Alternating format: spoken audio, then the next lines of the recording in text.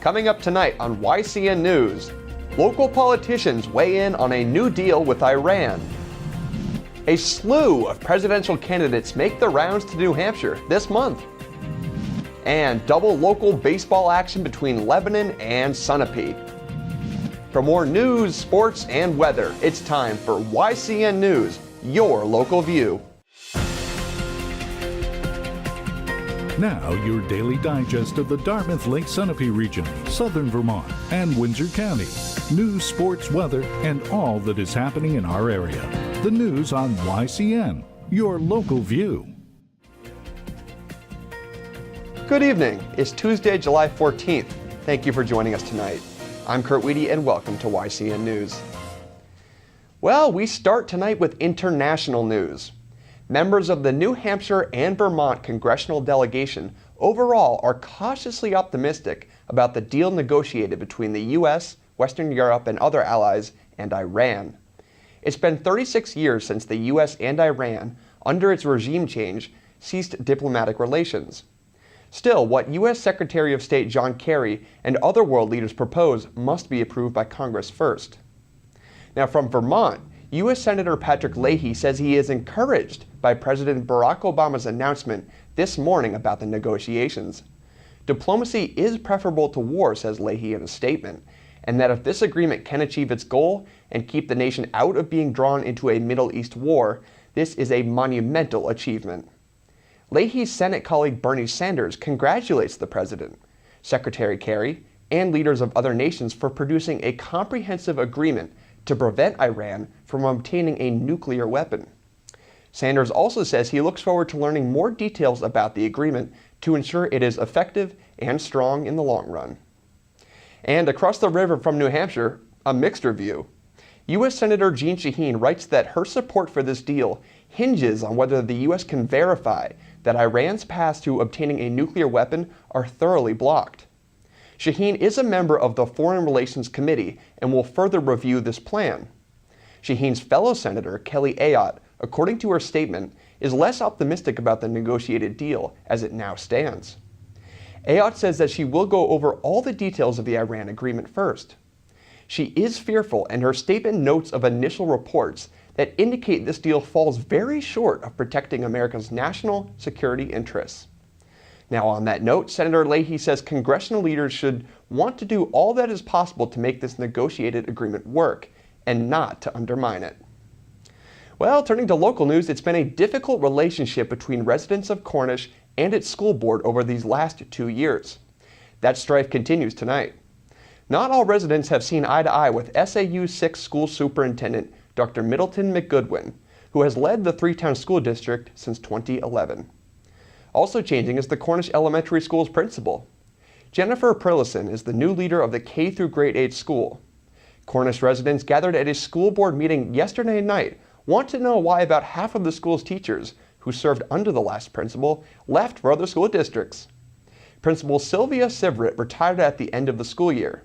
The Cornish School Board policy does not now include any policy regarding employee exit interviews, the Eagle Times reports. The board did not take action on adopting an exit review policy, and it remains to be seen if this issue is addressed in the future.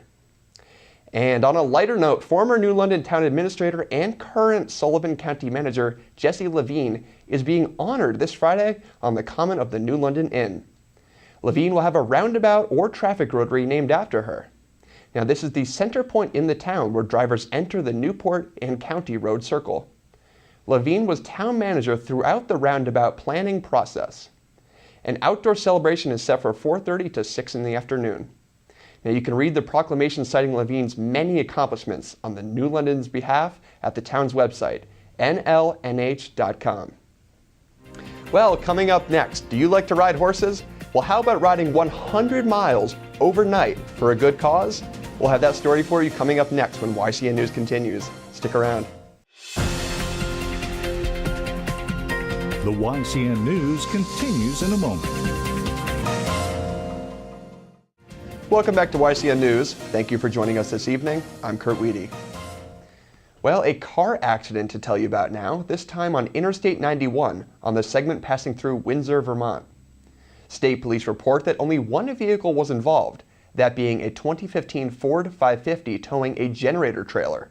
Fortunately, the only damage was to the trailer. Around 8:25 this morning, 29-year-old Benjamin Sheff noticed an issue with his trailer hitch, attempted to pull over, and as he did so, the trailer detached and rolled down an embankment on the side of the road. Both Vermont State Police and the Windsor Fire Department responded to the scene. Sheff was not injured and no other vehicles were involved. Well, it's no secret that our area plays host to countless different athletic activities, from baseball to cross-country unicycling. Well, last weekend, athletes in our area got a chance to use their physical prowess for a good cause in the 34th Annual Proudy, which raised money for the Norris Cotton Cancer Center at Dartmouth-Hitchcock Medical Center. Now this weekend, a different type of endurance marathon is taking place, this time on horseback. On Saturday, July 18th, the Vermont 100 and the Moonlight 50-75 will be held in West Windsor, Vermont. Horseback riders and runners will share a trail overnight and complete an endurance ride-run for the cause of Vermont adaptive ski and sport. Now, this group is based in Killington, Vermont, and its purpose is to aid disabled athletes in various sports.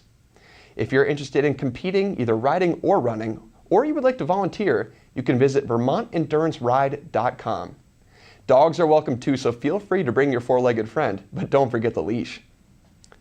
With a slowly ever-increasing number of presidential candidates entering the race from both sides, totaling 5 Democrats and 15 Republicans so far, each is scheduled to make at least one visit in the Granite State. July boasts a handful of visits, starting with Scott Walker on July 16th, who just announced his presidential bid yesterday. He plans to visit the towns of Amherst and Northampton on the same day. Democratic candidate Hillary Clinton will also be on the state on the 16th in Dover. And lest we forget, Donald Trump will also be visiting the same day, but he'll be in Laconia. July promises to be a busy month for presidential visits, and they will continue all summer. If you would like a comprehensive list of scheduled visits that is updated daily, be sure to visit gui.afsc.org/events New Hampshire. And if you're planning to travel around the state on the campaign trail of the candidates, this next story is for you. Governor Maggie Hassan has given the green light to a bill that will set up a panel to review taxi services, including Uber and related rideshare programs. 5 people will be on the panel, which will also study safety concerns for passengers. That, according to New Hampshire Public Radio. Now, the deadline for the board's report is early November. If you live in Vermont and owe back taxes to the state, well, you may want to think about paying up or working out a payment plan. Now, that's because Auditor Doug Hoffer is proposing the state go after delinquent taxpayers more aggressively. Vermont Public Radio reports the dollar amount of unpaid personal income taxes over the last 2 years ranges between $77 and $100 million. Yes, that's right. In 2014, the state was able to collect about $19 million of what it was owed. Well, coming up next, River Valley Chronicle host Elizabeth D'Orazio sat down with Tad Nunez of the Hartford Parks and Recreation Department. We'll have that conversation for you when we come back, so stick around for that. The YCN News continues in a moment. Welcome back to YCN News. I'm Mike Pizzone. Well, there wasn't much sun out there today, but at least things were a lot more comfortable humidity-wise. Things will remain pretty comfortable this evening with temperatures in the mid-60s, but there's about a 40% chance for thunderstorms until about midnight. Those storms could stick around until about noon tomorrow before skies begin to clear, making for a high of about 77 degrees. Skies will continue to clear throughout the evening with temperatures bottoming out at about 54, before a bright sunny day Thursday with a high of 74 during the day and a low of 54 Thursday evening. Now let's glance over our community calendar to see what's happening in the region. Windsor's Concert on the Common series will continue tomorrow night with a free performance by JJ's Musics at 6 p.m. on the State Street Common in Windsor, Vermont. Audience members are encouraged to bring a blanket or a chair and refreshments. The Rockingham Free Public Library's Summer RPG League, or role-playing games, will meet tomorrow night from 5 to 9 p.m. at the library on Westminster Street in Bellows Falls, Vermont. The league is free and open to gamers of all levels. The Charlestown VFW Post Hall on Lovers Lane Road will host its weekly bingo night tomorrow with games beginning at 6:30 p.m. food and soft drinks will be available, and games are the primary fundraiser for scholarships and other community donations.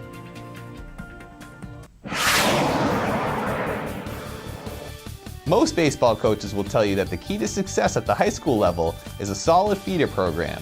And after watching the Sunapee Junior Babe Ruth team in its showdown with Lebanon last night, it's easy to understand what makes the Lakers perennial contenders. And though it was Sunapee who entered the game as the heavy favorite against its young opponent, it was Lebanon who struck first to the tune of 3 first-inning runs.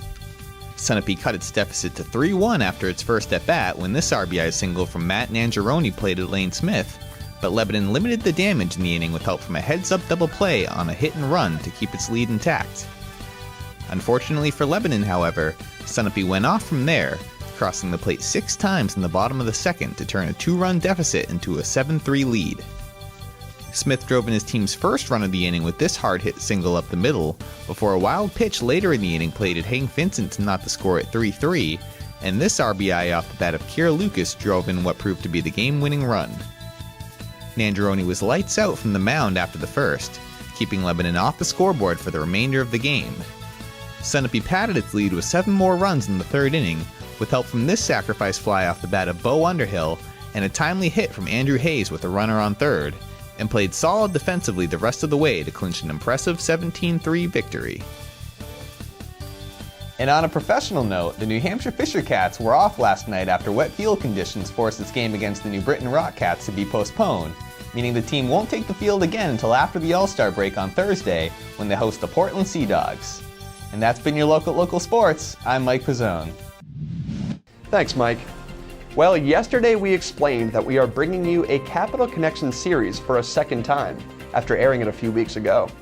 Now, for those who missed yesterday's news, today we are once again joining John O'Connor and Colonel Clint Granger for part 2 of their talk about Vietnam. We'll be right back.